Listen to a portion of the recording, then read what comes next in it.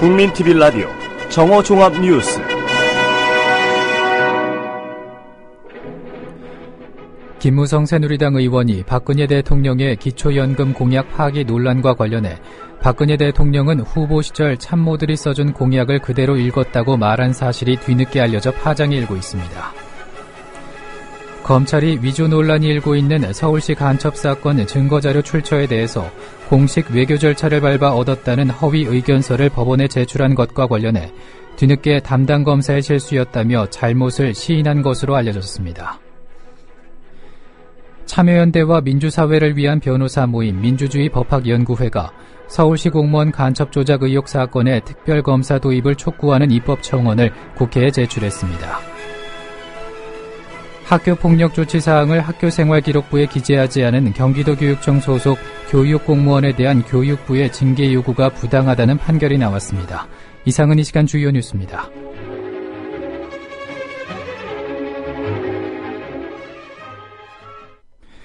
국민TV 라디오 정오종합뉴스입니다.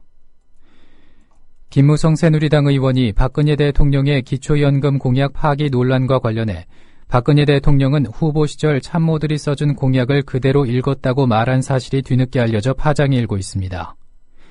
오마이뉴스에 따르면 김무성 의원은 지난 20일 대한변호사협회 초청 강연에서 정치인들에게 국가재정 건정성을 감안해 공약하라고 하는 것은 불가능하다며 거짓말 못하는 사람이 박근혜 대통령인데 당선되면 어르신 여러분 한 달에 20만 원씩 드리겠다며 밑에 참모들이 써준 공약을 그대로 읽었다며 그래서 노인들 표가 많이 나왔다고 덧붙였습니다.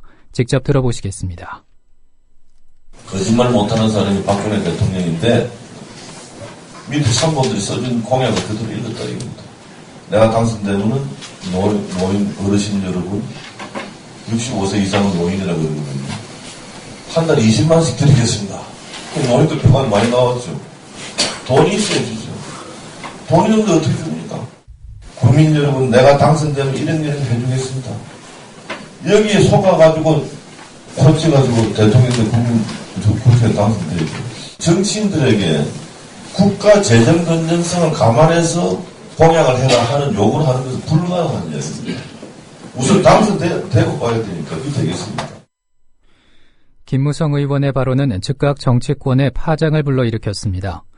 천호선 정의당 대표는 김무성 의원 발언을 거론하며 재정 건전성을 감안하지 않았다면 심각한 무능이고 애초에 지킬 생각도 없었다면 그 공약은 사기라며 박근혜 대통령은 취임식에서 지킬 수 있는 공약만 내놓았다고 얘기한 적이 있다. 전 국민이 참여하는 대통령 선거에서 거짓 공약을 내놓고 여기에 대해서 어떤 반성도 하지 않는다면 그것은 국민을 우롱하는 것이라고 박근혜 대통령을 질타했습니다. 한편 박수현 민주당 원내대변인은 차라리 대선 공약 백지화하겠다고 선언하는 게 새누리당다운 태도라며 새누리당을 비난했습니다. 박수현 대변인은 민생과 개혁을 포기한 정권이 무슨 할 말이 있겠는가라는 제목의 논평에서 박근혜 대통령이 약속하고 여야가 합의한 검찰개혁이 물 건너 가기 직전이며 여야 합의로 이달 말까지 처리하기로 했던 정치개혁과 국정원 개혁도 사실상 백지화됐다고 언급하고 대선 당시 개혁과 혁신을 외치면서 하늘이 두 쪽 나도 지키겠다던 국민과의 약속은 헌신짝처럼 내버려졌다며 새누리당에게 맹공을 퍼부었습니다. 직접 들어보시겠습니다. 경제민주화, 기초연금 20만 원 지급, 장애인 등급제 폐지, 반값 등록금 실현, 쌀 직불금 100만 원 인상 등 민생 공약은 줄줄이 파기해놓고 민생을 돌보겠다, 국민 행복 시대를 열겠다고 말하고 있습니다. 적반하장도 이런 적반하장이 없습니다. 개혁도 민생도 포기한 정권이 바로 박근혜 정권 아닙니까? 더 이상 약속이라는 말을 쓰지 말기를 바랍니다. 대박이라는 말로 혹세 무민하지도 마시기 바랍니다. 그리고 침묵이야말로 가장 심한 폭력임을 명심하시기 바랍니다. 검찰이 위조 논란이 일고 있는 서울시 간첩 사건 증거자료 출처에 대해서 공식 외교 절차를 밟아 얻었다는 허위 의견서를 법원에 제출한 것과 관련해 뒤늦게 담당 검사의 실수였다며 잘못을 시인한 것으로 알려졌습니다. 검찰이 올해 1월 3일 법원에 제출한 의견서를 보면 유우성 씨의 출입경 기록의 출처에 대해서 대검찰청은 길림성 공안청에 대해 피고인의 출입경 기록을 요청하는 공문을 외교부를 경유해 발송했으며 그에 따라 심양 총영사관은 길림성 공안청에 대검의 요청 내용을 공문으로 통보했다고 쓰여 있습니다. 이 의견서대로라면 대검이 외교라인을 통해 공식적으로 문서를 확보한 것이 됩니다. 그러나 중국 대사관이 검찰 증거자료가 위조됐다고 밝히자 국정원을 통해 자료를 확보했다고 말을 바꾸었습니다. 이에 대해 검찰 관계자는 담당 검사가 왜 그렇게 했는지 모르겠다고 말했다며 잘못을 인정했다고 밝혔습니다. 그러나 고의성은 없고 단순한 실수였다는 취지여서 논란은 계속될 것으로 보입니다.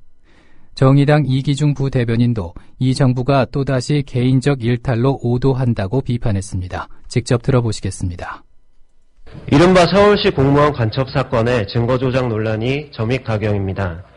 주선양 총영사가 조작 논란이 일고 있는 문서에 대해 담당 영사가 사실을 확인한 개인 문서라며 문서 위조의 책임을 개인적 문제로 치부하더니 이번엔 검찰이 법원에 공식 외교 절차를 통해 문서를 확보했다는 허위 의견서를 제출한 사실에 대해 담당 검사의 실수라고 해명했습니다.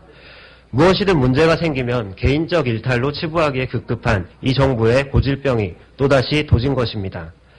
어제 천주교 인권위가 이 사건 담당 검사와 주선양 총영사관 이인철 영사를 국가보안법상 무고 및 날조 혐의로 고발했습니다.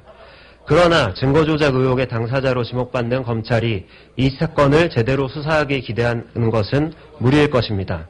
정부 여당은 조속히 야당의 특검 실시 요구에 응해야 할 것입니다. 참여연대와 민주사회를 위한 변호사 모임 민주주의 법학연구회가 서울시 공무원 간첩 조작 의혹 사건의 특별검사 도입을 촉구하는 입법청원을 국회에 제출했습니다.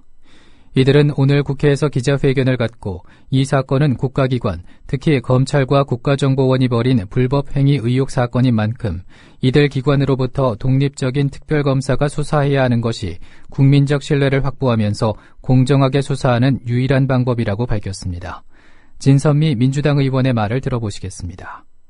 이 사건은 사실 공권력 남용의 모든 나쁜 사례들이 총집합되어 있다고 생각합니다.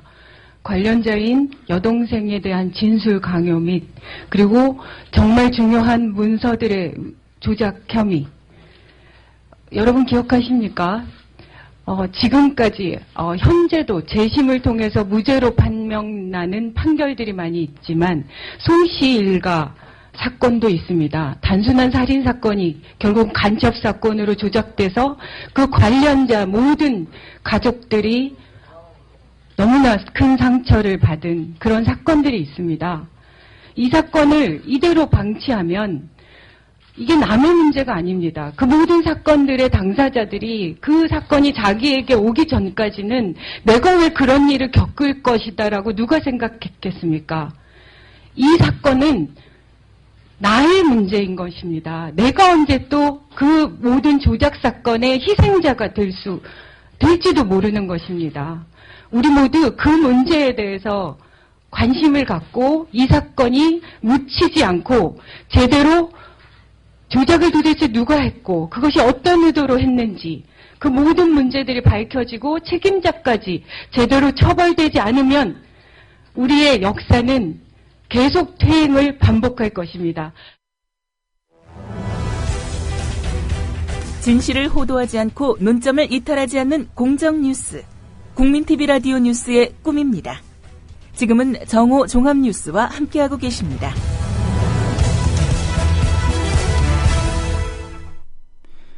학교폭력 조치 사항을 학교생활기록부에 기재하지 않은 경기도 교육청 소속 교육공무원에 대한 교육부의 징계 요구가 부당하다는 판결이 나왔습니다.